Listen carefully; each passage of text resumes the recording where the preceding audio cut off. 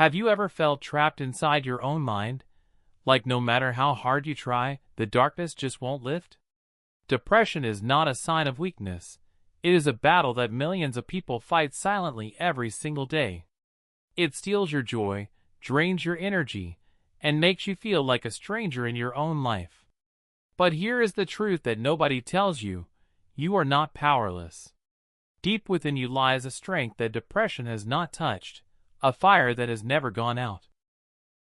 The human mind is one of the most powerful forces on this earth, and when you learn to take control of it, everything begins to change. Today, we are not here to talk about suffering. We are here to talk about survival, transformation, and victory. This speech is for every person who has ever whispered to themselves, "I can't do this anymore," because I am here to tell you that you can, and you will. It is time to stop letting depression write your story. It is time to pick up the pen yourself. Your healing is not just possible, it is inevitable. So take a deep breath, open your heart, and let's begin this journey together, from darkness into light, from pain into purpose, and from surviving into truly living. Depression is one of the most misunderstood conditions in the world today. Millions of people wake up every morning carrying a weight they cannot explain, feeling emotions they cannot name, and suffering in ways that others simply cannot see. It is invisible, yet it is heavier than anything physical. It is silent, yet it is louder than any noise.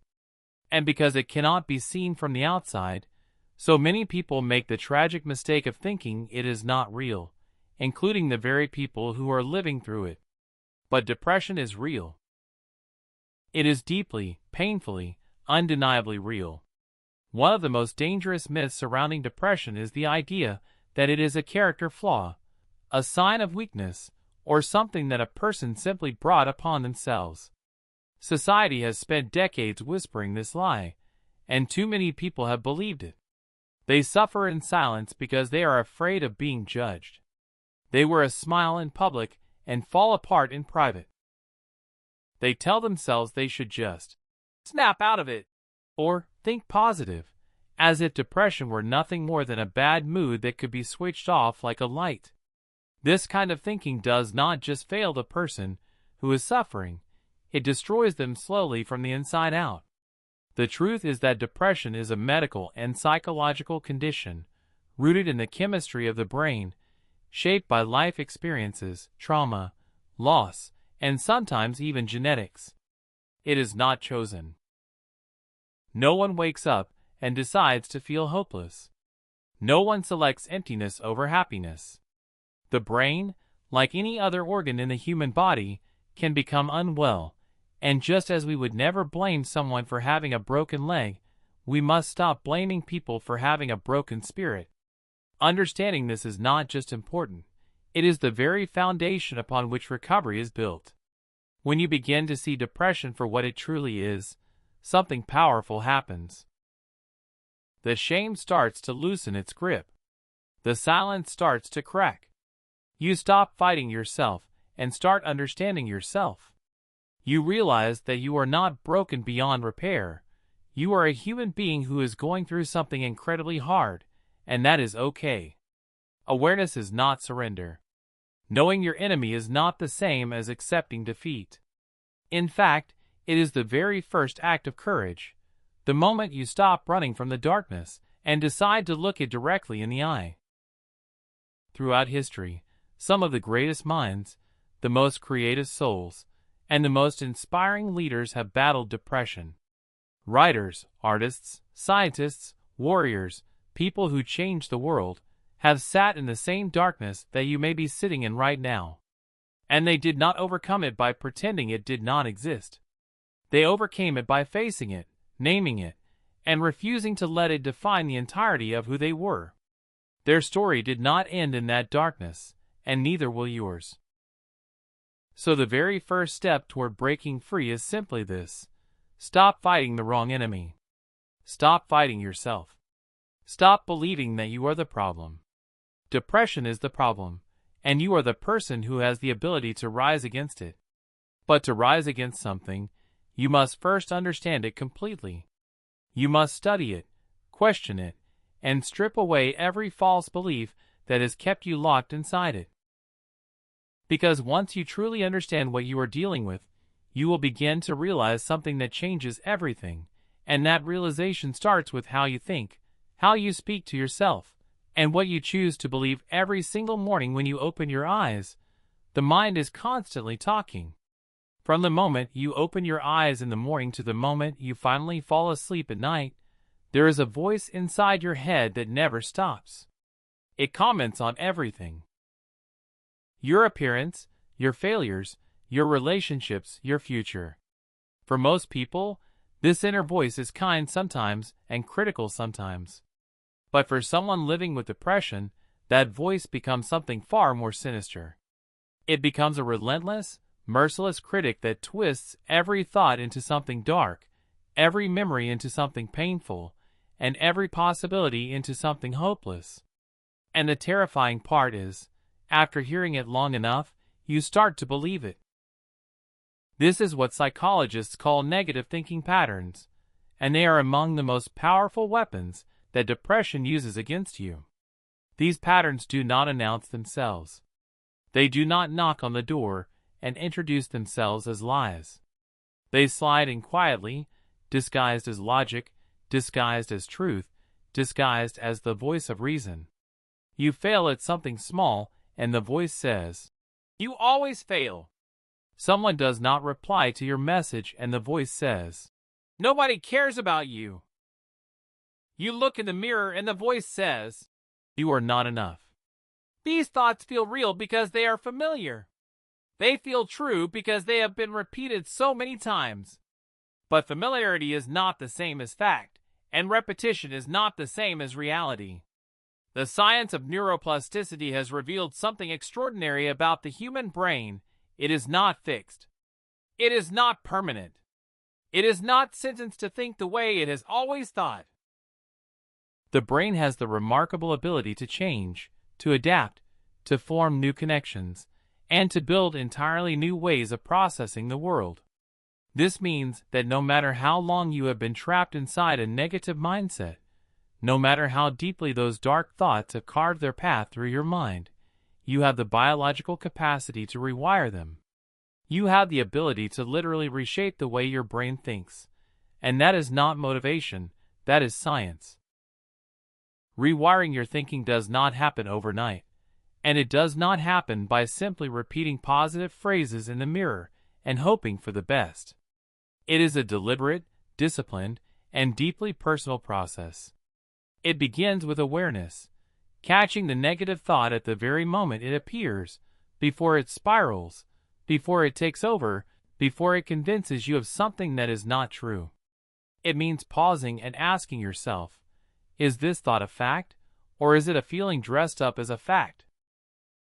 It means challenging the thought, questioning its evidence, and consciously choosing to replace it with something more accurate, more balanced, and more compassionate. This is not denial. This is not toxic positivity. This is mental discipline at its most powerful. Every time you challenge a negative thought and replace it with a truthful, empowering one, you are laying down a new path in your brain. And every time you walk that path again, it gets stronger. It gets wider. It gets easier to find. The old path, the dark one, the one carved by depression, begins to fade from lack of use. This is how transformation happens. Not in one dramatic moment, but in thousands of small, quiet moments where you choose differently. Where you refuse to agree with the voice that tears you down. Where you decide, deliberately and with full intention, to speak to yourself the way you would speak to someone you deeply love. The thoughts you think today are quietly building the life you will live tomorrow. Every belief you hold about yourself, about your worth, about your future, is either a brick in a prison or a brick in a foundation. And the most profound truth about rewiring your mind is this: you do not have to feel strong to start. You do not have to be fully healed to begin. You simply have to be willing to question one thought, just one, and replace it with something better. Because once you understand the power that lives inside a single changed thought, you will begin to see that your daily habits, your routine, your body, and your environment are not separate from your healing. They are deeply, inseparably connected to it. There is a war being fought every single day, and most people do not even realize they are in it. It is not fought on a battlefield with weapons and soldiers. It is fought in the quiet corners of your daily life, in the moments between waking and sleeping, in the choices that seem too small to matter but are actually everything. Depression thrives in chaos. It feeds on disorder, on restless nights, on skipped meals, on days that blur into each other with no shape or purpose. And one of the most powerful things you can do, not tomorrow, not when you feel ready, but right now, is to begin building a daily structure that acts as armor against the darkness that tries to consume you. Sleep is not a luxury. It is not something you earn after a productive day or something you can sacrifice in exchange for more hours of distraction. Sleep is the foundation upon which every single function of the human mind is built. When you are sleep deprived, your brain's ability to regulate emotion collapses. The smallest frustration becomes unbearable. The mildest setback feels catastrophic. Research has shown time and again that disrupted sleep and depression are not just connected, they fuel each other in a devastating cycle. Poor sleep deepens depression, and depression destroys sleep. Breaking this cycle is not easy, but it is non-negotiable. Protecting your sleep is not passive. It is one of the most aggressive and powerful acts of self-defense you can perform against depression. Movement is the next piece of armor, and it is more powerful than most people are willing to believe. The relationship between the body and the mind is not a poetic metaphor. It is a biological reality. When you move your body, even gently, even briefly, your brain releases chemicals, dopamine, serotonin, endorphins, the very same chemicals that depression depletes. Exercise does not require a gym membership or a perfect fitness routine. It does not demand that you run a marathon or lift heavy weights. It simply asks you to move. A walk around the block. 10 minutes of stretching in your living room. Dancing alone in your kitchen when nobody is watching. These acts may seem insignificant, but inside your brain, they are nothing short of revolutionary. They are proof that your body is still capable of generating joy, even when your mind has forgotten how. Nutrition, too, plays a role that is far deeper than most people acknowledge. The gut and the brain are in constant communication through what scientists call the gut-brain axis, and what you put into your body directly influences how your brain functions and how your emotions are regulated. A diet dominated by processed food, sugar, and caffeine does not just affect your physical health, it actively destabilizes your mood, your concentration, and your energy levels. This does not mean you need to follow a perfect diet or eliminate every comfort food from your life. It means being aware that what you eat is also feeding, or starving, your mental health. Small, consistent improvements in nutrition are small, consistent improvements in your state of mind. Routine is perhaps the most underestimated weapon in the fight against depression. When life feels completely out of control, when motivation has disappeared and getting out of bed feels like climbing a mountain, routine becomes a lifeline. It removes the burden of decision-making from a mind that is already exhausted. It creates rhythm in days that would otherwise feel shapeless and endless. A simple morning routine, waking at the same time, drinking water, stepping outside for a few minutes of light, signals to your brain that the day has begun, that life is moving, that you are still here and still functioning. These signals matter more than you know. They are quiet reminders to your nervous system that safety exists, that structure exists, that you are capable of showing up for yourself even on the hardest days. Building your daily armor is not about perfection. It is not about constructing an ideal life overnight or following a flawless routine without ever slipping. There will be days when the armor cracks. There will be mornings when you cannot get up on time, nights when sleep refuses to come, days when the healthy meal gets replaced by whatever requires the least effort. And that is okay. The goal is not perfection. The goal is consistency over time. The goal is to keep returning to these habits even after you have broken them, because every time you return, you are sending a message to yourself that you have not given up, that you are still fighting, that you still believe, even faintly, that things can get better. And they can, especially when you realize that you do not have to fight this battle alone, because the people around you, and the connections you build, carry a healing power that no habit or routine can ever fully replace on its own. There is something that depression does with terrifying efficiency. It isolates you. It convinces you, quietly and persistently, that you are a burden to the people around you, that your pain is too heavy for others to carry, that if you truly opened up and showed someone the darkness living inside you, they would pull away, they would judge you, they would look at you differently and never quite see you the same way again. And so you stay silent. You laugh at the right moments in conversations.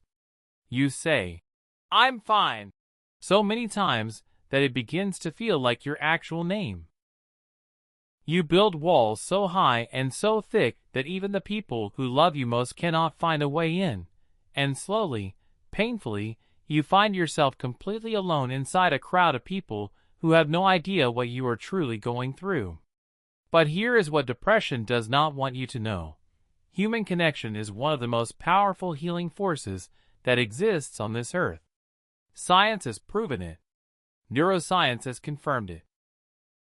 When you sit with someone who truly listens, when you feel genuinely seen and heard by another human being, your brain releases oxytocin, your cortisol levels drop, and your nervous system begins to calm in ways that no amount of solitude can replicate. We were not designed to carry our heaviest burdens alone. We were built for each other. We were wired for community, for vulnerability, for the kind of honest and open conversation that says, "I am struggling," and receives in return, "So have I, and you are not alone." That exchange, that simple, human exchange, has the power to crack open the loneliest heart and let light pour in. Vulnerability is terrifying. There is no point pretending otherwise. Choosing to open up about your depression, to speak honestly about your pain to another person, requires a kind of courage that the world rarely celebrates but desperately needs. It means risking judgment. It means trusting someone with the most fragile parts of yourself. It means admitting that you are not okay at a time when everything inside you is screaming to keep up appearances and protect yourself from further hurt. But vulnerability is not weakness. It is the ultimate act of strength. It is the moment you decide that your healing matters more than your image, that your life is worth more than the comfort of a mask. Every person who has ever said, "Me too," in response to someone's pain has taken that same courageous step, and in doing so, has changed both lives forever. Reaching out does not always mean having a long, deep conversation about everything you have been holding inside.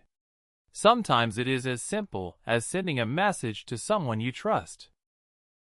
Sitting beside a friend without saying anything at all. Joining a group of people who share your experience and understanding that you are not as alone as depression has led you to believe. The size of the step does not matter. What matters is that you take it. What matters is that you choose connection over isolation, even when isolation feels safer, even when it feels easier, even when every part of you wants to disappear into the silence. Because the moment you reach out, truly reach out, something begins to shift. The walls get a little thinner. The darkness gets a little less absolute. And you begin to remember, slowly and gently, that there are people in this world who want to see you heal, who want to walk beside you, who are ready to remind you of something that depression has made you forget, that your story, your full and honest and imperfect story, is worth telling, worth owning, and worth fighting for. There comes a moment in every person's journey where the weight of yesterday begins to feel lighter than the hope of tomorrow. It is the moment you stop waiting for permission to heal and start taking full ownership of your recovery. You set one small goal, you achieve it, and then you set another, and slowly, quietly, something inside you begins to rebuild. That moment is your comeback, and no force on this earth has the power to take it from you. As you keep rising, as you keep choosing yourself with every new day, you begin to see something remarkable, that every dark night you survived was not destroying you, it was shaping you. The pain you carried, the battles you fought in silence, the mornings you almost did not make it through, were all building a version of you that is stronger, deeper, and more unbreakable than you ever knew possible. You are not who you were before depression found you. You are greater, you are wiser, and you are free. So stand tall in everything you have overcome. Own your scars, own your story, and own the extraordinary strength it took to walk through the darkness and refuse to stay there. You mastered your mind, rebuilt your daily habits, opened your heart to connection, and rewired the very foundation of how you think and live. You did not just survive depression. You rose above it, and in doing so, you have become living proof that the human spirit, no matter how deeply it is tested, does not break. It rises, it heals, and it shines.